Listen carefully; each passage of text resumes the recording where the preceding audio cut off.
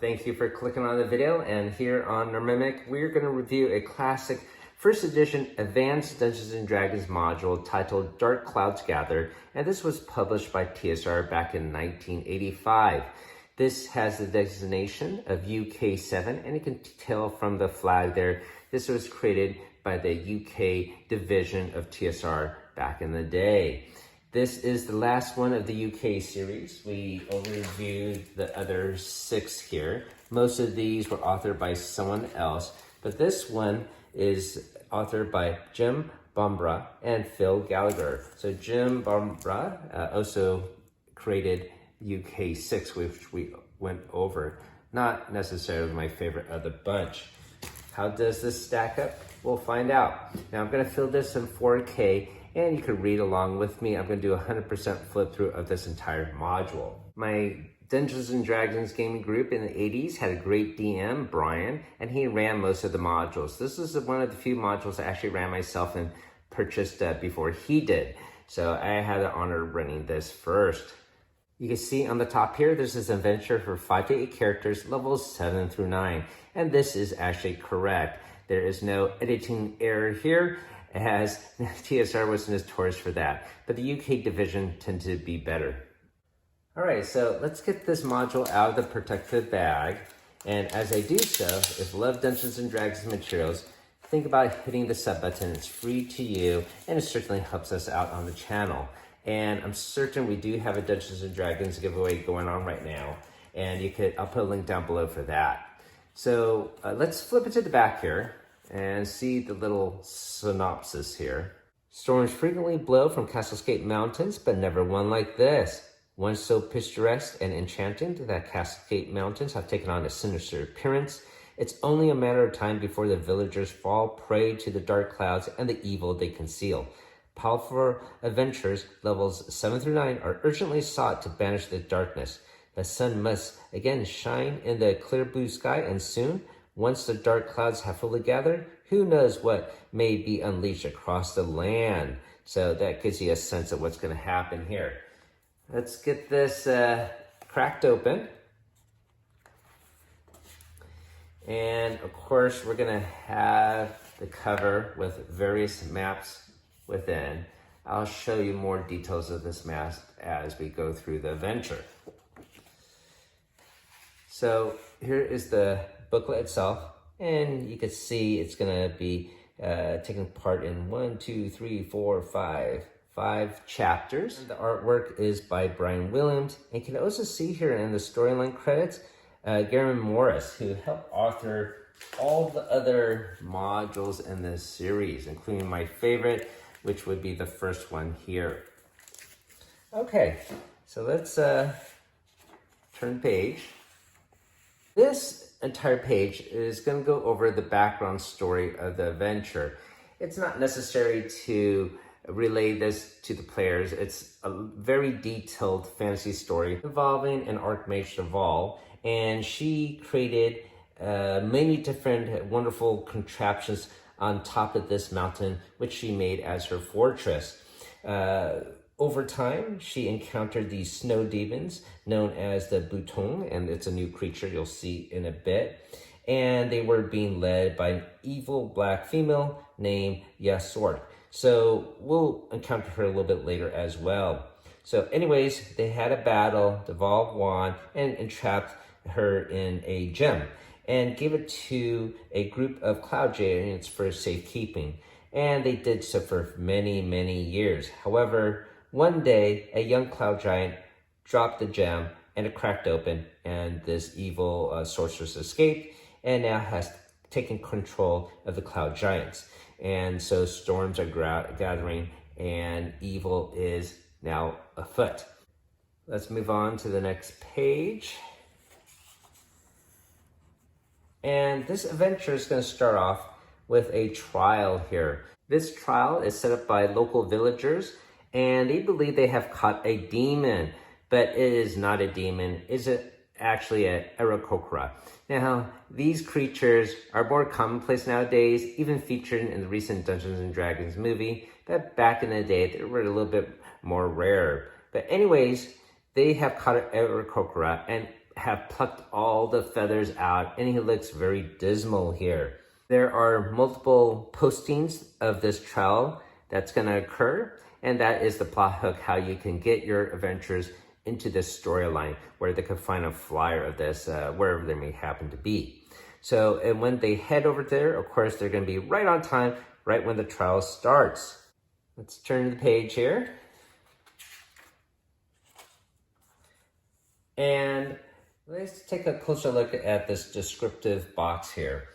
Tied to the pole is a sorry-looking man-like creature, now looking rather like a half-plucked chicken. Around its clawed feet lies a mass of bright blue plumage, and tears of agony run down its hooked beak. Bernhardt, who is instituting this trial, moves forward saying, "Now, demon, what are you doing here?" With a mighty tug, he plucks another feather, much to the cloud's delight. The birdman slumps forward, apparently dead. Grasping it by the beak, Bernhardt savagely pulls back its head. "So you refuse to cooperate, do you?" So this actually is very dramatic. However, it unfortunately is a bad opening to this module. The reason why is because of this phrase, apparently dead. So he is not moving, he looks dead, you got this angry mob here. What are your player characters going to do? Well, my group didn't do anything, all right? So why would they want to intervene? Could they rescue this guy if he's already dead? Why fight this huge mob? I mean, there's a lot of people in this crowd. There is a section here where one of the villagers tries to stop this with a shout, "Stop this barbarism!" And he tries to intervene, this old man, but guess what? He gets pummeled and kicked and nearly to death. So I don't think your player characters want to go through that either. Now this NPC here that is all plucked to death, well, he's not actually dead, and he's very important to the remainder of the story.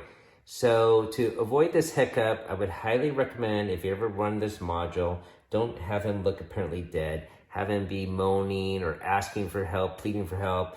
So he does look alive and needs rescuing, because this crowd of 120 villagers is pretty daunting to face if there's no real incentive. So if the player characters intervene, which you want them to do, so it's up to the DM to get them to do that, Bernhardt will accuse them of being in league with the demon, of course, and ask for a trial of combat here. The player characters could go this route, or they could just attack the mob.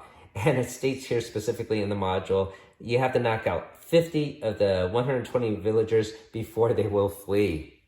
Once they rescue the Arakora, they will find his name is Kohei, and he will give them a story that he lived on Cloud Mountains, and basically his people need help. He will detail that a giant has come by and destroyed multiple nests, and their shaman saw these adventurers in a vision and asking for them to come to help. There is also an incentive of giving the player character some shiny stones, which are gems, and of course the adventurers are going to agree to go along and help him out.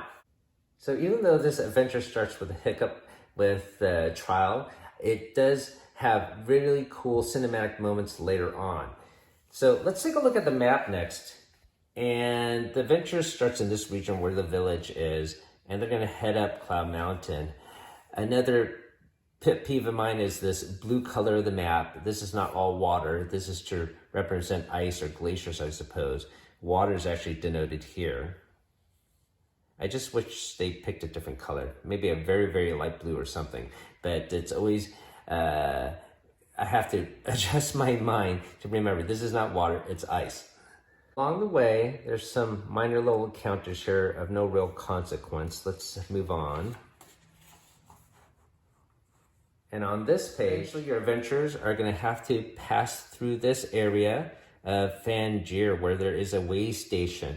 You must go through here as everything else is blocked off by ice. We can see here on the map, this way station is sort of like a small little keep. And up top is the village itself, which I didn't really mention. It's really nothing there. So in this keep, the demons have actually destroyed it, and it's overrun with other creatures. There are bugbears and trolls, And the most interesting encounter is a new creature called the Soul Beckoner right here. This is an undead creature, and it will whisper and essentially try to charm a player character. If it is able to do so, try to suck out that soul from that player character and take on a more corporeal shape of that player character. So there is a section here in the middle showing the stat block of this new creature. I have to admit, it's a pretty simplistic undead creature. Nothing too special about it. It can be turned because it uses a whisper. You could use a silence spell to negate a lot of its power. It's not that complicated to run or defeat this creature. A little disappointing, to be honest with you. So let's go back to the actual adventure here. And however, if you do defeat this Soul Beckoner, there is a lot of cool treasure to be had, most notably a bastard sword +1, which is actually an intelligence sword named Flame Tongue.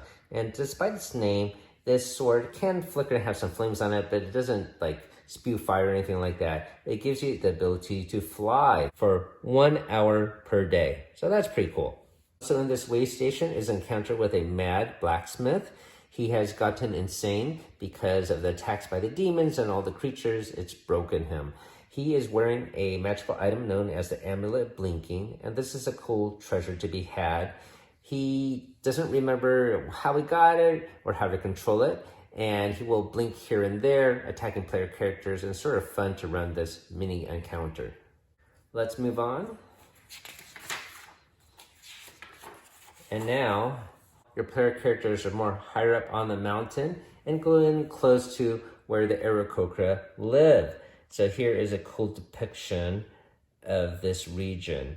And what's going to happen is the Arakora are going to see your player characters being accompanied by Kohei, who once again looks very dismal with half of his feathers plucked off. So the Arakora are going to assume that you actually tormented him and holding him prisoner. They will swoop down and attack with all their might. They even have at their dispense a couple of air elementals. However, after a couple of turns, they will stop their attack because Kohei will relay that he's actually being rescued by them and invite them up to their living quarters. So this region is denoted on the map here. Pretty simplistic. Eventually, the player characters will meet the shaman of their group and relay some important information. So basically, you've seen the adventures in a vision, and also they believe that they're being wiped out by an evil cloud giant with the aid of white demons from his cloud castle.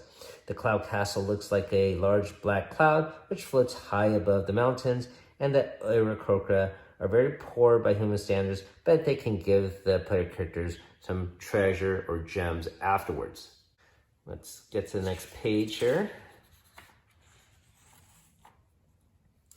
And on this page is probably one of the coolest parts of the module. So what's happening here is you can see the author has depicted a round by round and what's going to happen with a raid by these demons, the Putongs, attacking the Arakora in their home territory.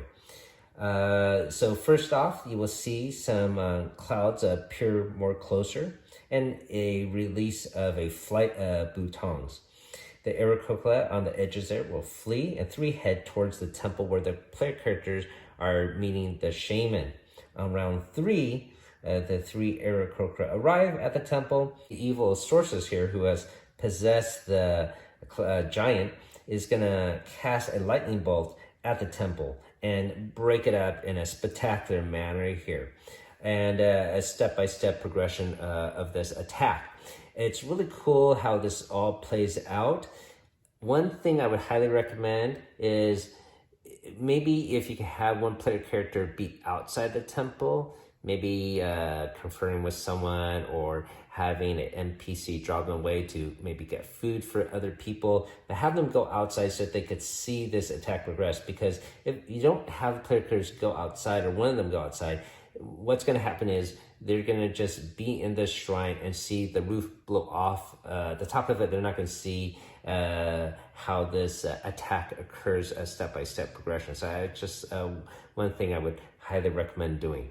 You can see on this page here, there's a detailed description of each wave of Butong as they come in and how each round will play out differently. It's very cool, sort of like watching a war movie. Very cinematic and well done. So this is certainly the best part of the entire module. After the battle, the shaman will relay another part of her vision where she saw a fish flying in the sky, which she calls skyfish, and this becomes a little bit important later.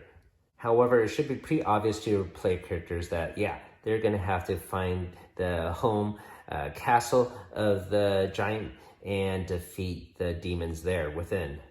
So along the way, we have another encounter here, this time with a lightning quasi-elemental, and there's some giant eagles here. Let's get to the next page. This shows some of the background information for the module, describing the mountain itself, some of the NPCs you will meet. This is in the village, this is the guy that was instituting the trial. This here is the old man that's tried to stop the trial. And here is the Arakora that you rescued. He looks pretty bad with his feathers plucked. Okay, so let's take a look here. And I keep on mentioning the demons, the Butong, and here is a description of them. It looks a little bit strange to me. It's almost looking like a dire bat, I suppose. The ability that makes them a little bit more special is they have a ability to have a chilling screech, and creatures hearing the screech must make a save versus spells at +4. Otherwise be struck by fear and unable to take any offensive action for 1 round. So the leader of these demons is this Yorsa. So the leader of these demons, Yisor, is also a Butong as well. She's not human, and even though she was described as a black female, she's actually albino with black coloration. So she is rated as a 9th level magic user, and then as I mentioned earlier, she has possessed a cloud giant, and because of this, has access to all the cloud giant abilities here. Let's move on. There's a list of warning tables. This is a description of the skyfish. We'll get to that a bit later. So this is describing the mountain as the players go up. They will also encounter a group of dwarves who also want to enlist the aid of the adventurers to get rid of the demons and the cloud giant. And now we're heading up top of Mount Elderglow.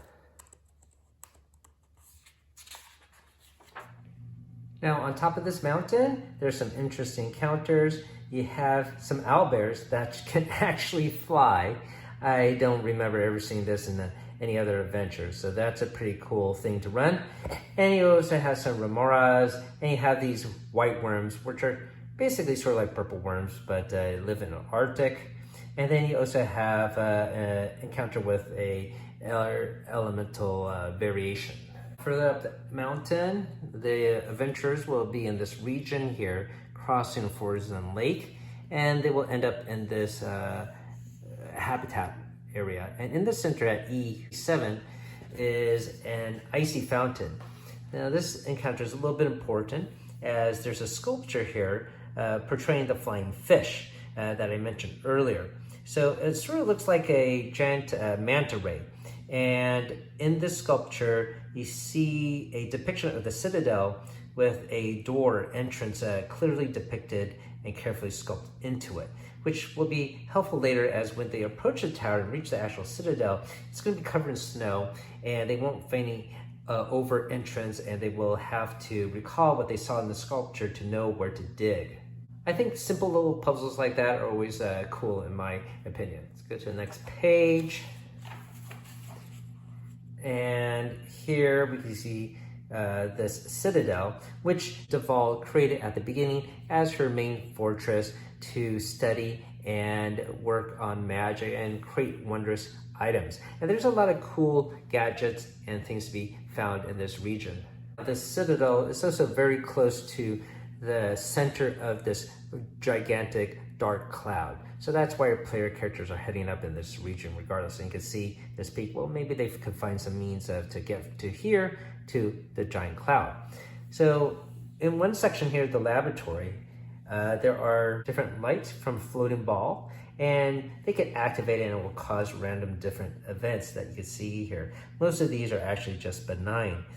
Now, in here though, at number 6, there is a hidden compartment that they can open up, and then it reveals some cool treasures, a ring of warmth, and 2 potions of cold resistance that might be helpful, as long with some associated treasures. In an adjacent room, there is a glass griffin. So they see a life-size glass griffin in the center of this chamber. And also there is a little apparatus that can trigger, and it will do different things. More importantly, they can actually make this griffin turn alive. So there are different activations that you can see here on the side, and there are certain command words that they will discover. If they get die roll number 4, a magic circle appears on the floor, and basically it has the instruction manual and command words written within. And they can use this to do certain things. The griffin can shrink, can grow in size, the eyes can glow, provide the rider with infrared vision. And if they have a magic bridle, then and attach it to this griffin, then the bridle will allow the griffin statue to turn living griffin or revert back to glass statue.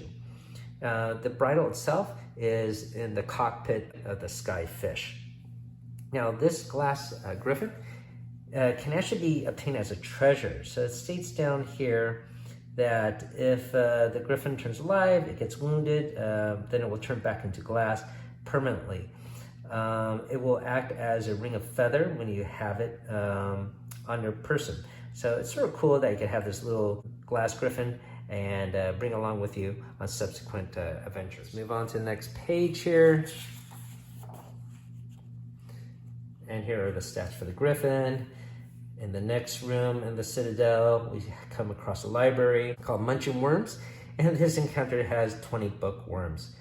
So in this area, there's another sphere here, and when they touch it, it's sort of like a crystal ball and a security system where they can see different rooms based on the die roll. Some of the tomes, the background information that was in the very beginning of the module, the story of how the demons came, the leader of the demons, and had a battle, and she got trapped in crystal and all that. That is information that can be found here. Also in this library, there's more additional information about the skyfish. They haven't actually seen it yet, but here's more information about how to utilize it and its purpose. Referring to the map here, this is a depiction of floor by floor of the Crystal Citadel. And once you reach at the top here, you can see the manta ray object, the skyfish. So this is obviously going to be a big part of the adventure.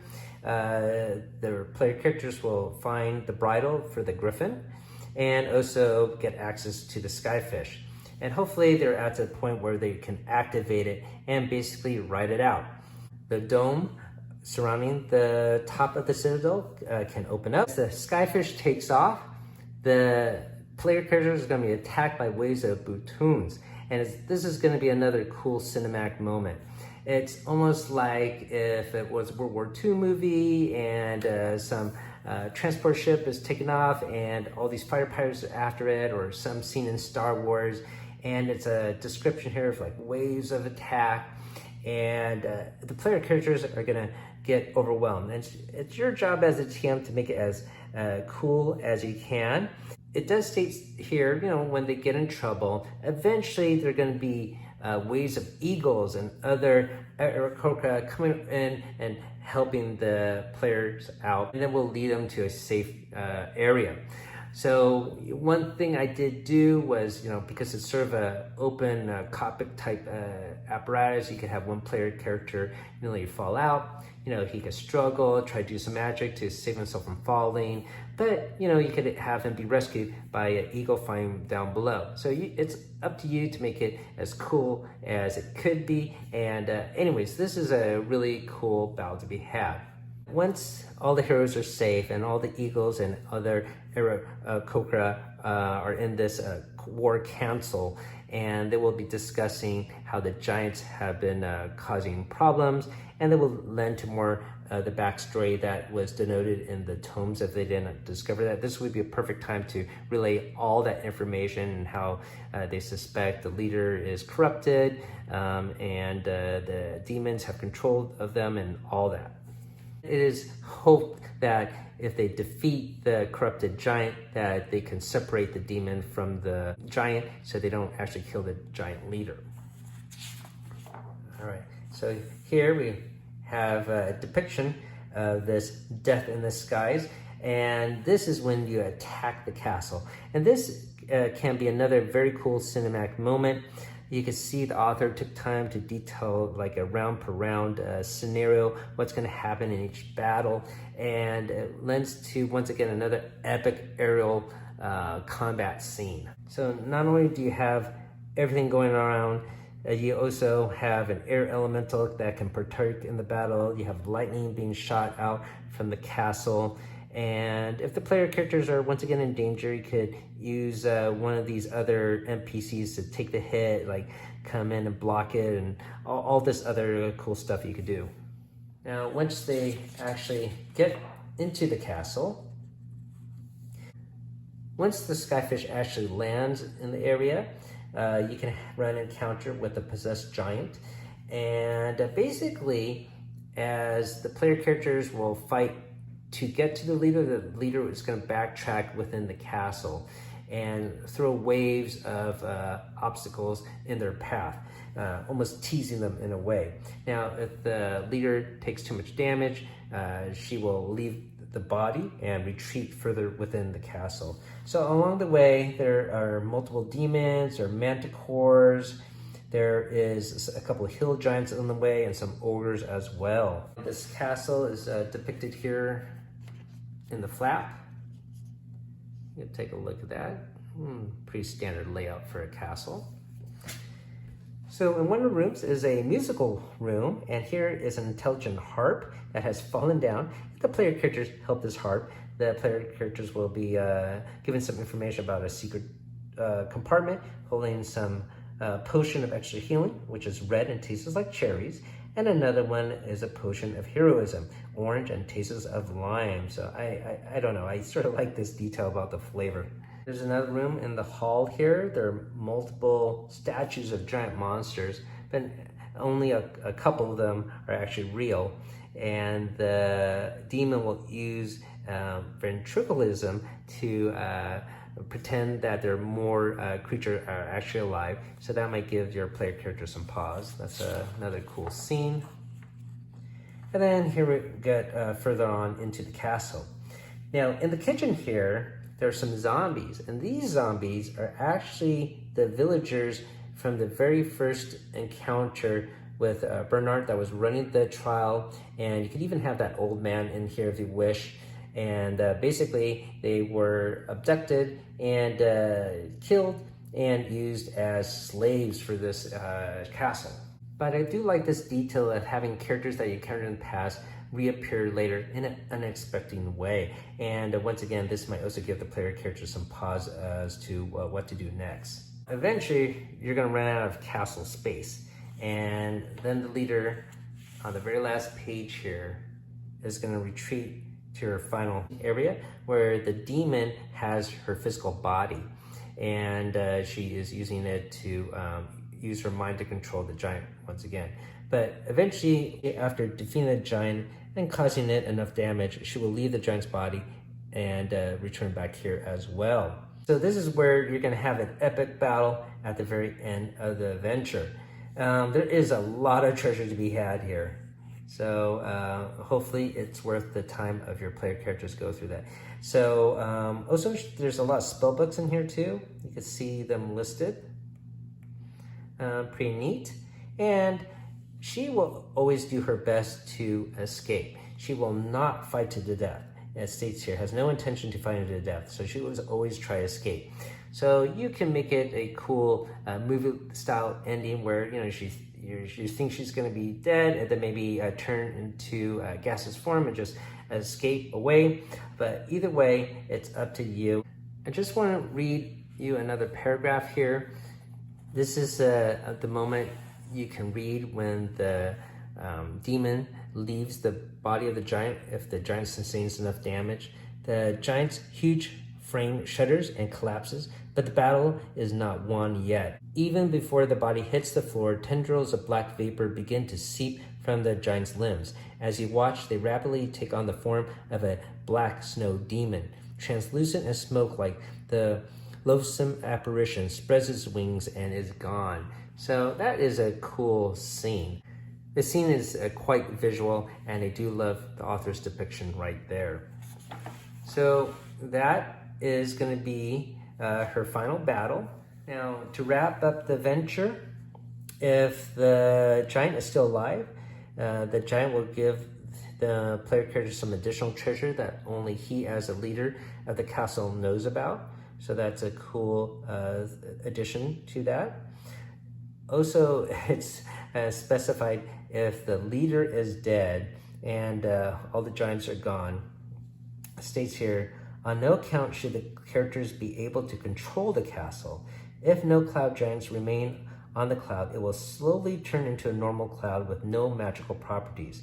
This process takes 1 week. So yeah, they cannot keep the castle as their own home. So that has been my rundown of this awesome adventure, Dark Clouds Gather, UK7. My favorite is still number 1, as in this one, you could bypass every single combat and solve it with your wits. So I do love that idea quite a bit. But this one, I think, is very cinematic and almost like a summer blockbuster movie. I hope you found this review interesting. I have a playlist of many other D&D modules, and hopefully over the next several months or years, I'll be able to go through the entire alphabet. I do have them all in hand, and I can't wait to share them with you all. Please let me know if you ever ran this module in a campaign. I'd love to know how your adventure turned out different from the ones I ran.